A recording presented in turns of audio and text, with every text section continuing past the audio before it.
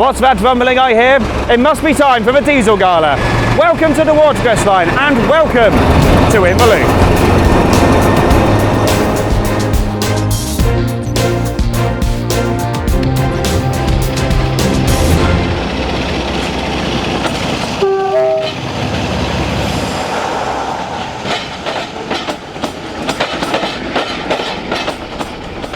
Well, welcome to the Diesel Gala.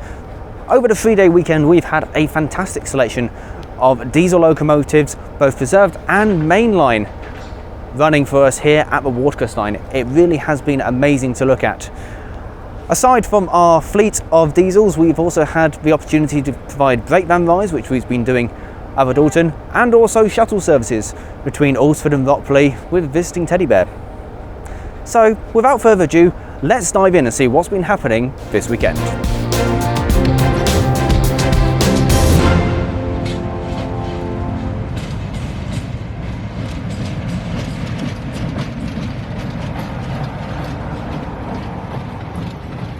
Gary, thank you so much for talking to us. So you've brought the 14 with you. How long have you been involved with this engine? I've been involved with it for about 5 to 6 years. A small group of people purchased it in, I think it was 2014. It was in a bit of a sorry state when we purchased it. So yes, they didn't really get much chance to run on BR. We say steam engines kind of were retired as soon as they were built, but this pretty much really wasn't it? Yeah, I mean this particular loco only did 3 years in BR. It was stabled at Cardiff Canton, and it drifted between there and Hull Derricoats, doing trip working. Because initially these were supposed to be replacements for, it was a panniers, wasn't it? That's right, yeah. It's beyond trip working trains, so.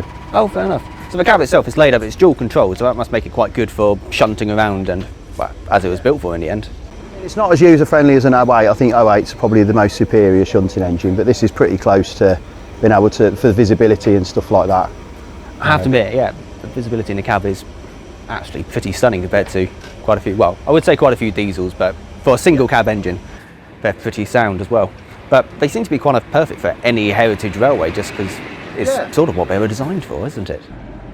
I mean, when we purchased it for Severn Valley, the whole initial idea of using it was for Thunderbird duty, so if a steam engine or diesel failed, this would just be called out to do the job. And just slowly over time, it's picked up a little bit more work each year and it's starting to be quite a reliable machine now. Fantastic. And these ones have got the nickname teddy bears. Where does that actually come from? You know the full story of that. There's different stories. Apparently that when they were building these at Swindon, there was a comment that someone said, we've built the Great Bear, we're now building teddy bears. Engine-wise, what do we have under the bonnet? So just behind this door here, we've got a 650 horsepower Paxman engine. It's a V6 and it's obviously on a V block. So yeah, it's quite a small engine, but it's got a lot of poke to it. Fair enough, and it's hydraulic drive down to the main axles, all connected convoys. That's right, yeah. So yeah, it's a diesel hydraulic, so similar to Westerns and warships and stuff like that. So fair enough. So you said you picked it up in quite a sorry state. Yeah. Is it quite reliable now? Have you managed to work some magic, or is it built-in tendencies which are still a bit? Yeah, I mean, like any diesel, I think it's always there to test you, and you know, every engine's entitled to a wobbly here and there, but you know, at the moment, reliability-wise, it's at 100%, which is really good. And that's the most you can ask for, isn't it? Yeah, that's it. And as long as it survives over the Alps this weekend, I'll be over the moon. So over the Alps, over the moon. I love that. Gary, thank you so much for talking to us. Thank you. Cheers, thank you. Onwards with the event. Well, one of the main crowd pullers to today's event has been the Class 25. So to talk about it, here's Robin. So Robin, thanks for talking to us. What's your involvement with this? My involvement with this particular loco is we maintain it and look after it at the South Devon Railway between Buckfastleigh and Totnes. We have 3 members of this class in our fleet, and we take them round to different railways. Hence, we've now come to the Hants railway this weekend.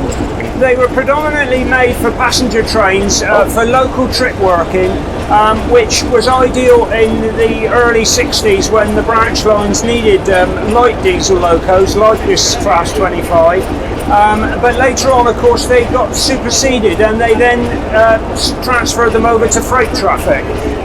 Some of which then lost their steam heat boilers and became freight-only locos. Oh, okay, interesting. This particular loco was new to the Scottish region in 1966, and it worked from Eastfield Depot in Glasgow, and it saw service mainly on the London Midland region, being allocated to a number of different depots, finishing its career at Carlisle Kingmore. where it was used all the time on freight. Very often, because they were a light loco, they were used mainly in pairs. Oh, okay, interesting. Just to get that. Yeah, extra. for the extra power.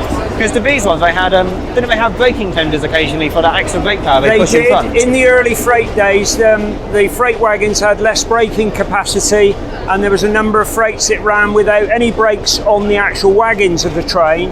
So to increase the brake force on the locomotive, they would propel a diesel brake tender, which gave them extra brake force to run.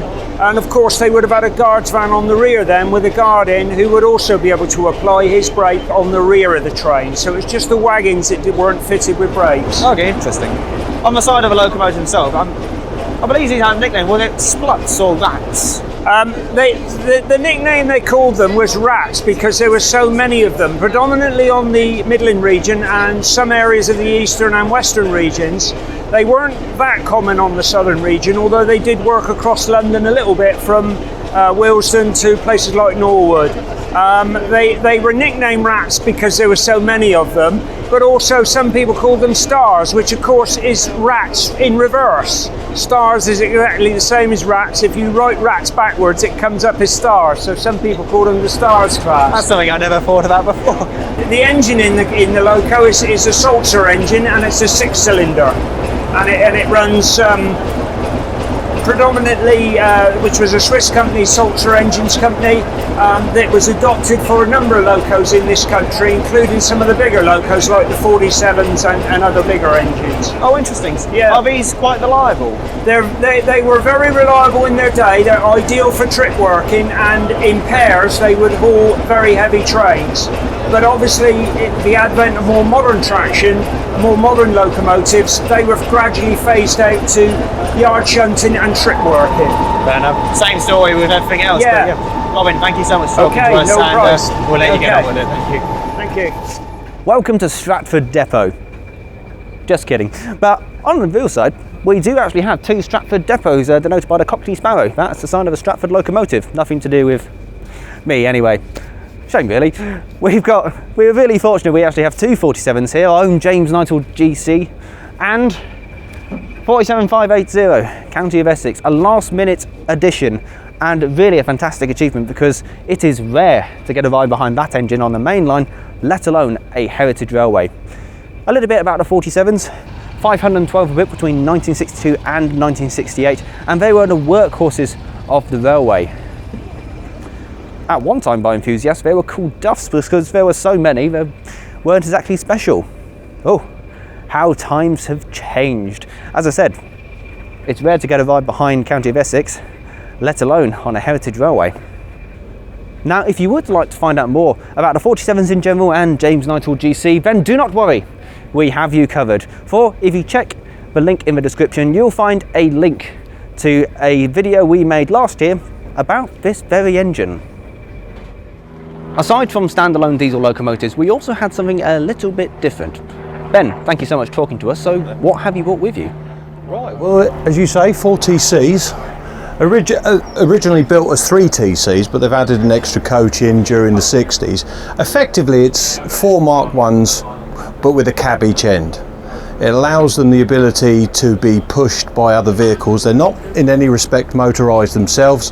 They were paired with Class 33 ones, 73s, and also with VEPs and other southern region propulsion, EMUs and such. So effectively, it's just carriages, but they can be operated in a push-pull mode. Excellent, so auto train essentially. Effectively, very much that way. They became surplus to requirement in the 90s, especially when the De-Zeros and things like that were starting to come in. And LT required them, or required carriages for the Steam on the Met events, which were becoming quite popular at that time in the 90s. And they decided to buy 2 sets. I think they had some other coaches as well. This is much before my time. I was an apprentice in the 90s, so did get involved with Steam on the Met, but as a very low level. But yeah, so they've been used more as carriages than they have been used as driving trailers. So today your motor power being provided by a couple of GBRF 73s, and these are actually, as you were saying, they used to work with 73s and there was 33 ones, weren't they? Yeah, it's 33 ones I think were predominantly the power source for them, but yeah, they're very compatible with 73s. I think because these were the western side, it was more the 33s they were used with, and also the VEP units.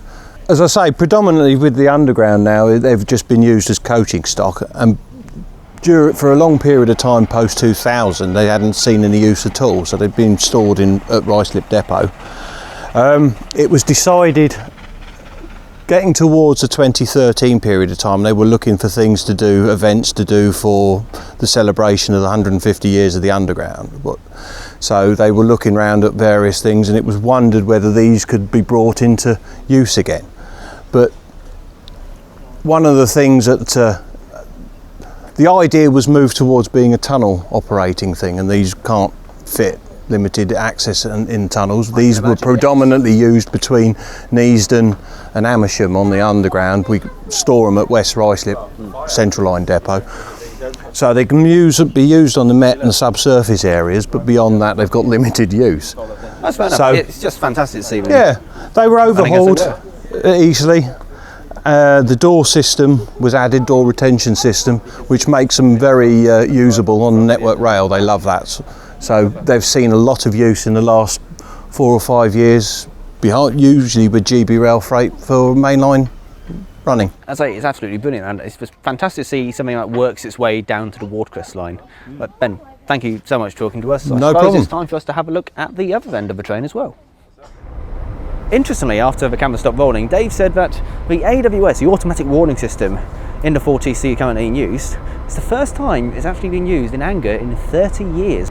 And that's because he and his brother David, who we spoke to in a previous video, brought it back into service. Fantastic. But looking at the other end, we've got two Class 73 locomotives.